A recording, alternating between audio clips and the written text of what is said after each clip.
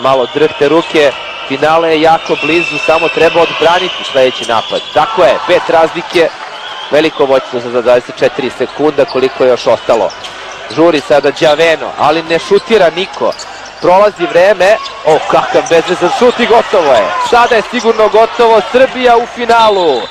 Čak je ovo moglo da prođe i bez faula, 11 sekundi do kraja, raduje se Vujošević i treba, zaslužio je i on to, pre svega naravno fantastični Bogdan Bogdanović.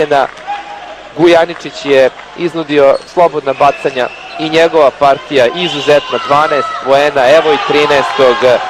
Prosek Gujaničićev na šampionatu je bio 9 poena po utakmici, ovo mu je najefikasniji meč, zamislite, u polufinalu svetskog prvenstva.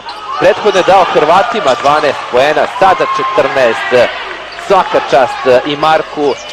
Nebitno je sada sve ovo, može da šutira Masareli i da pogodi. Još jedna utakmica Argentinaca u kojoj je razlika bila tu negde od 5 do 7 poena. Za kraj Bešovićevih 15, 66% iz igre. Srbija će igrati sa Litvanijom za titulu svetskog šampiona. 4 desetinke je ostalo. Ovo više nije bitno. Treba ostati na parketu i pustiti Argentince šta god žele da urade. Nikako, zato što su ušli na parket naši košarkaši, možda su zbog toga iskočili Argentinci tražeći u tome šansu, ipak jeste tehnička, ali nema veze. Čak i da daju 2 bacanja i posle toga trojku, sve se to zaboravlja. Pobeda je već u rukama jer je 7 razlike i ne mogu ništa da urade, čak i da daju tih 5 poena za 4 desetinke. Ova 2 bacanja Đavena, njegov 13 poena. I sada da vidimo hoće li šutnuti neko od Argentinaca kada su već tražili tu tehničku grešku, pa bar da šutiraju. Nije niko, eto, ni šutirao. 76-71.